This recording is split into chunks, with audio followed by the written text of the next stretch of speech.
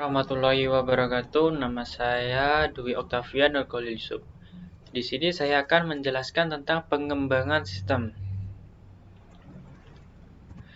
Ini adalah materi-materi yang saya akan bahas. Untuk yang pertama adalah pengertian pengembangan sistem. Apa sih pengertian pengembangan sistem ini? Pengembangan sistem ini adalah dapat berarti menyusun suatu sistem yang baru untuk menggantikan sistem yang lama secara keseluruhan atau memperbaiki sistem yang telah ada. Selanjutnya ada alasan-alasan sistem yang lama perlu diganti atau diperbaiki. Apa sih? Yaitu ketidakberesan. Ketidakberesan ini adalah kecurangan disengaja yang menyebabkan tidak amannya harta kekayaan perusahaan dan kebenaran dari data menjadi kurang terjamin. Terus tidak adanya efisiensi operasi. Terus tidak ditaatinya kebijakan manajemen yang tetap ditetapkan. Terus ada pertumbuhan organisasi, yaitu pertumbuhan organisasi diantaranya adalah kebutuhan informasi yang semakin luas, volume pengolahan data semakin meningkat, dan perubahan prinsip akuntansi yang baru. Terus ada lagi yang ketiga, ini adalah indikator adanya permasalahan. Misal adanya keluhan dari langganan, pengiriman barang yang sering tertunda, terus pembayaran gaji yang terlambat, isi laporan yang sering salah, dan waktu kerja yang berlebihan, dan lain-lain. Untuk prinsip-prinsip pengembangan sistem, ini adalah ada beberapa, yaitu yang pertama, sistem yang dikembangkan adalah untuk manajemen. Sistem yang dikembangkan adalah investasi modal yang besar. Semua alternatif yang ada harus diinvestigasi. Terus, investasi yang terbaik harus bernilai. Yang kelima, sistem yang dikembangkan memerlukan orang-orang yang terdidik. Selanjutnya, tahap kerja dan tugas dilakukan dalam proses pengembangan sistem. Terus selanjutnya ada proses pengembangan sistem tidak harus urut, jangan takut membatalkan proyek. Terus yang terakhir adalah dokumentasi harus ada untuk pedoman dan pengembangan sistem. Di sini ada tahap-tahapan penerapan sistem dalam suatu organisasi. Ada 4, yaitu perencanaan, analisis, perancangan, dan implementasi. Perencanaan berarti ini dari awal, dari step-step awal dalam penerapan sistem. Analisis berarti kita harus menganalisis terlebih dahulu apa yang kita butuhkan dalam penerapan sistem dalam suatu organisasi. Perancangan berarti adalah merancang apa yang kita udah susun dari awal, dari ide-ide atau materi-materi yang udah dibuat. Selanjutnya ada implementasi. Implementasi ini adalah perwujudan dari apa yang kita perencanaan, analisis, dan perancangan tersebut. Selanjutnya ada pendekatan sistem. Apa nih pendekatan sistem itu? Ya, ini adalah serangkaian tahapan-tahapan pemecahan masalah yang setiap langkah dipahami dan menghasilkan sebuah solusi alternatif yang dipertimbangkan dan solusinya yang dipilih dapat diterapkan. Ada tahap-tahapan dan langkah-langkah pendekatan sistem. Yang pertama tahap 1. Ada tahap 2 dan tahap 3. Yang pertama tahap 1 yaitu upaya persiapan. Ada 3. Yang pertama ya, melihat perusahaan sebagai suatu sistem. Kedua, mengenal sistem lingkungan. 3, mengidentifikasi subsistem perusahaan. Terus yang merupakan tahap 2 yaitu upaya definisi, yaitu melanjutkan dari tingkat sistem ke tingkat subsistem dan menganalisis bagian-bagian sistem dalam suatu urutan tertentu. Terus yang termasuk tahap 3 yaitu upaya solusi. Nah, ini adalah misal pengidentifikasi solusi-solusi alternatif, mengevaluasi solusi-solusi alternatif, dan memiliki solusi yang terbaik, mengimplementasikan solusi, terus menindaklanjuti untuk memastikan bahwa solusi tersebut efektif.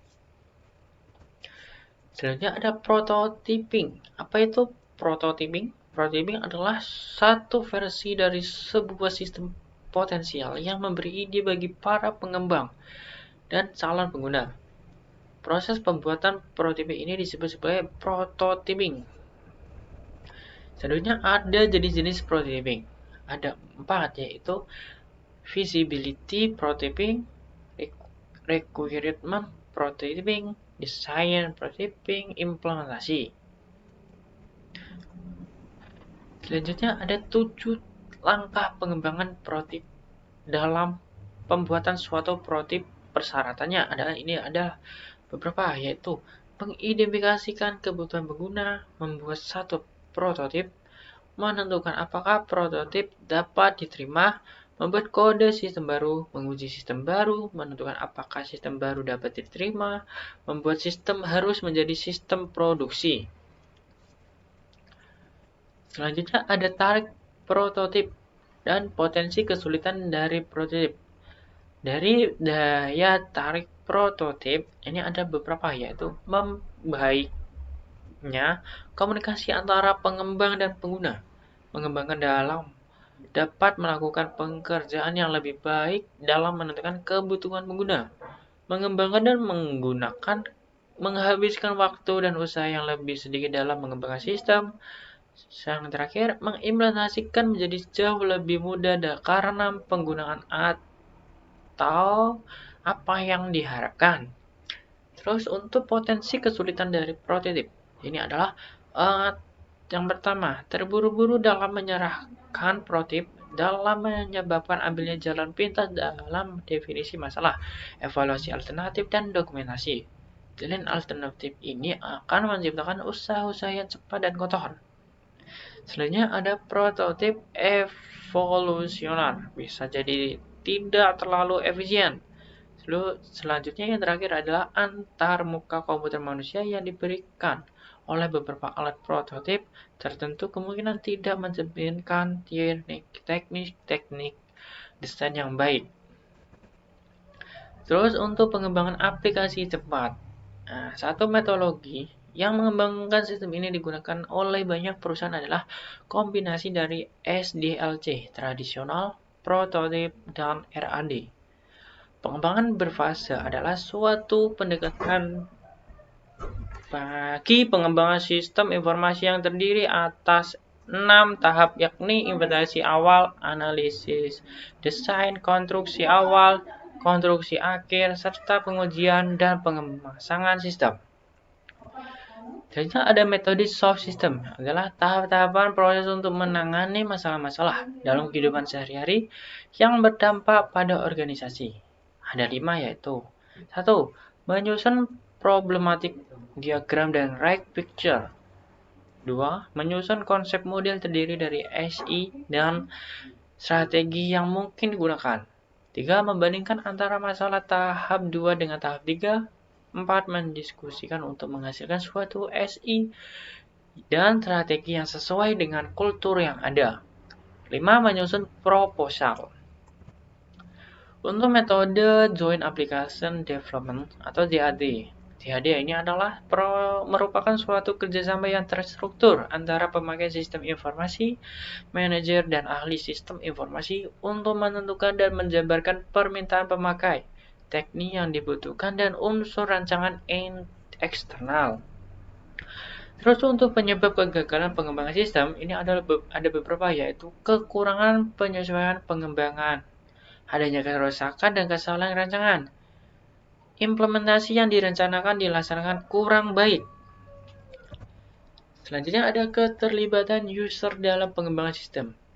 Alasannya adalah pentingnya keterlibatan user dalam perencanaan dan pengembangan sistem informasi menurut Demoderan. Ada 4, yaitu kebutuhan user, pengetahuan akan kondisi lokal, keengganan untuk berubah, meningkatkan dalam demokrasi.